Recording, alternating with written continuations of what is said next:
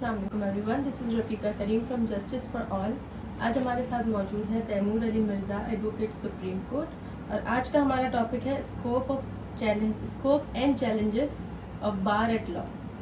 तो सर, हमारा पहला क्वेश्चन ये है कि ऐसे स्टेप्स आप हमें बताएं कि हम बार एट लॉ यूके में किस तरीके से इंरोल कर सकते। देखिए, काफ़ी स्ट्रेट फॉरवर्ड उनका है। You have to go to the relevant websites जो हैं और उसमें आप अप्लाई करें। You have to have a very strong CV for it to get into a good उधर ट्यूशन सेंटर कहते हैं उसको, बीवीसी सेंटर जो है, BVC provider, sorry. competition is very tough because all over the world people are applying and you have to make sure that you get in the top 3 में। हमारे ज़माने में top 3 में तो बीपीपी लंदन हुआ करता था, आईसीएसएल हुआ करता था। अब तो पता नहीं उसका क्या नाम है। मेरे पास कल परसों ईमेल आई थी, वो दोबारा उन्होंने नाम चेंज कर दिया था। बीच में सिटी लॉ स्कूल हो गया था, फिर कुछ और नाम हो गया था। तो but I remember it was ICSL is located on high Holborn, Chancery Lane, तो दैट वन। और तीसरा जो था वो it was I think it was Cardiff. तो कंपटीशन वेरी टफ। आईसीएसएल की इवन दो उनकी सीट्स उस ज़माने में ज़्यादा होती थी, 575 होती थी मेरे वक्त में। बीपीपी की काफ़ी, लंदन की आई थिंक 75 या 100 थी, may be they have increased it. BPP का एक कैंपस लीड्स में भी है। तो but BPP is number 1। BPP also opens international opportunities for you और to settle in the UK, तो वो आपके लिए ज़्यादा बेहतर है। एप्लीकेशन वाइज एक और चीज़ जो है, before you anyone should think about going for the bar BVC course के लिए टू बिकम अ बैरिस्टर, मेरे ख्याल से if they are undergraduate तो या तो कोई पोस्ट ग्रेजुएट डिग्री जो है वो एक्वायर करें, और अगर वो पोस्ट ग्रेजुएट डिग्री नहीं एक्वायर करना चाहते तो they should at least have 1 or 2 years of proper legal experience, जिसमें वो कोर्ट्स भी गए हैं, सारी चीज़ें।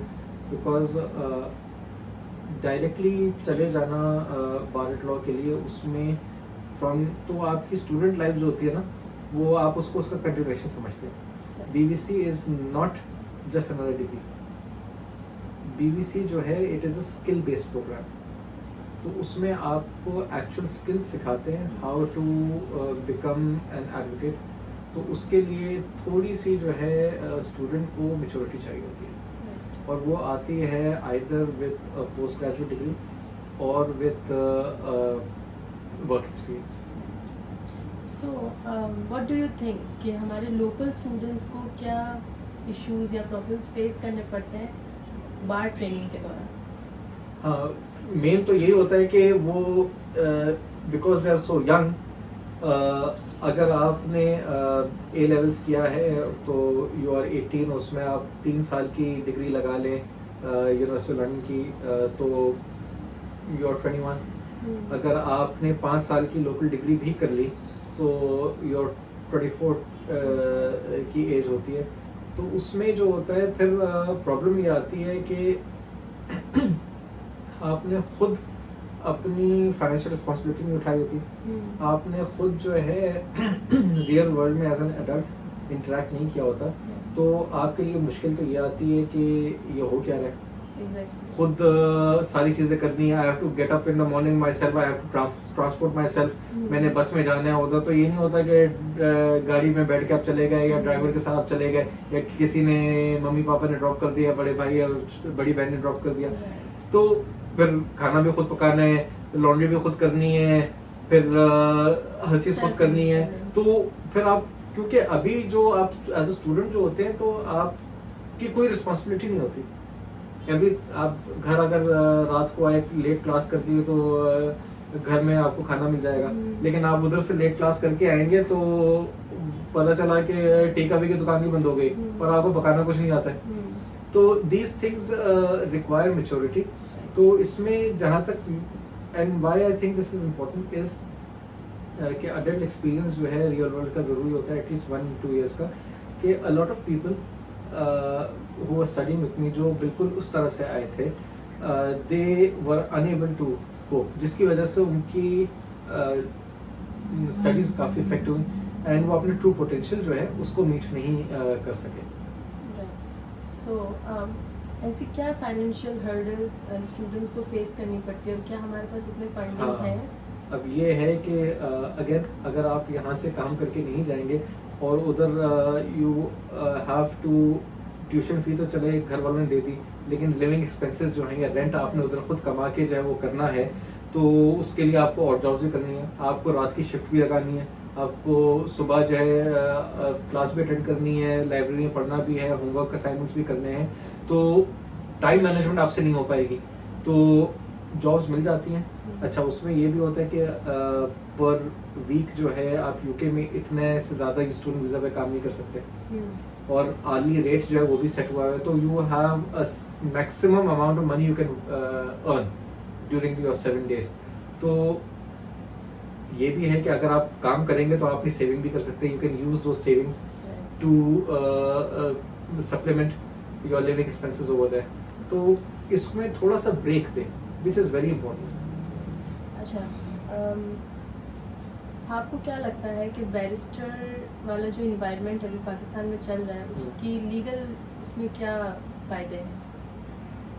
अच्छा, ये जो है शायद कुछ लोगों को सवाल का जवाब जो है पसंद ना आए, लेकिन मैं कह सकता हूँ because I am a barrister also. तो